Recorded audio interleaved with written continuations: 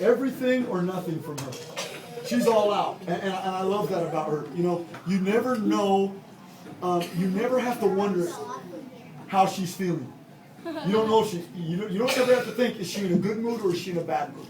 You know, and the one thing I can remember, especially at practices, and it was funny because Delilah was, and I remembered this, and I was bringing this up to her the other day, but Delilah remembered this. There was at times when we were in practice, and Rachel's just dancing out there. I mean, dancing, and I'm watching her, and I'm seeing her.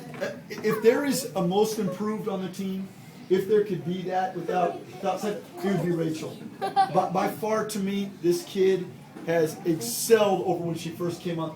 I mean, and not to embarrass her by any means, but she was one of the ones that constantly put her glove on the wrong hand. And I'm watching her, I'm going, what are you doing? She goes, can't do it. I said, well, are you right-handed or left-handed? I'm right-handed. And I looked at her glove, I said, yeah, you are. It's on the wrong hand. And everything in her, if you can watch her, it was just so precious because everything in her is her mind was telling her step, aim, point, throw, and everything, and she got it down. And she could hit. I mean, when the girl got in the zone, there was practices at time where we'd have 10 hits. There's times you just pitch, Rachel just click, click, click, but never the same stance twice.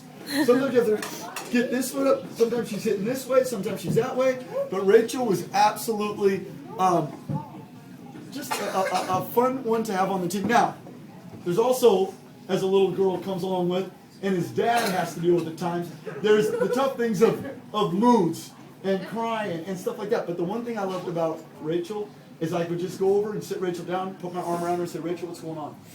And the one thing I loved, she was completely honest. There were some times she was crying and she had no idea why.